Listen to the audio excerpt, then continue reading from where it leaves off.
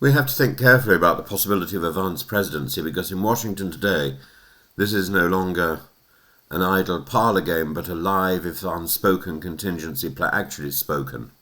President Trump is 79, the oldest man to hold the office, and has been diagnosed with chronic venous insufficiency. His hands show bruising, his ankles are swollen, and the White House has alternated between deflection and belated medical disclosure. This is not unprecedented.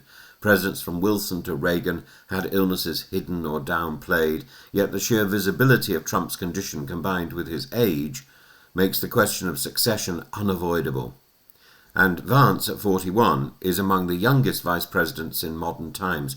In interviews, he's struck a careful balance, effusive about Trump's energy and capacity, but candid about terrible tragedies happen. That's what he said, and he has had 200 days of on-the-job training. It's a boilerplate for vice president to affirm readiness, yet in this context it carries sharper weight.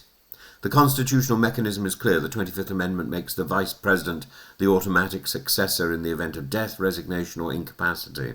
9 men have taken that path before, from John Tyler in 1841 to Lyndon Johnson in 1963. The pattern is always the same. A vice president suddenly becomes the most powerful individual in the world, often without an electoral mandate of their own. So, what would a Vance presidency look like? 3 points stand out. Trump himself has hinted that Vance is most likely to be his heir to the MAGA project, so there will be ideological continuity. Unlike Mike Pence, who was chosen for balance, Vance embodies Trumpism intellectually and rhetorically. He would not soften MAGA, but harden it into doctrine. At 41, Vance is 2 generations younger than Trump. There will be a generational rebrand. He could give the movement a longer runway, repositioning populist conservatism as not merely Trump's eccentric performance, but as a governing philosophy with younger adherents. In effect, Vance could outlast Trump's mortality. Should he succeed mid-term, Vance would inherit power without an explicit national mandate that produces a legitimacy question. Gerald Ford, the last unelected president, spent 2 years dogged by questions of legitimacy. Vance would face similar doubts, especially given his thin political resume, before 2022. There is also irony here. Trump's entire 2020 campaign was built on questioning Biden's stamina, acuity, and age. Now he himself is the subject of whispered medical bulletins, poorly applied foundation over bruises, and videos of slips and lapses. That is not political theatre alone, it is constitutional reality, and the country has to know whether its commander-in-chief is capable of discharging duties, and if not, who is next.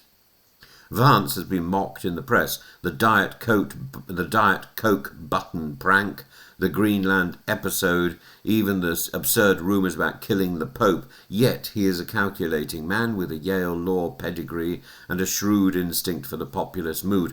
If fortune or tragedy were to place him in the Oval Office, America would suddenly have its youngest president since Theodore Roosevelt, and one groomed not by the establishment but by Donald Trump.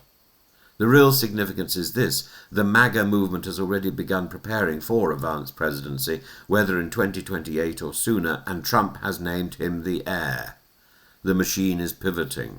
The bruises on Trump's hands may or may not matter medically, but they matter symbolically. They remind the public that political mortality shadows physical frailty. And every time Vance insists the president is in incredibly good health, he also reminds us that he is waiting in the wings. A Vance presidency then is no longer hypothetical.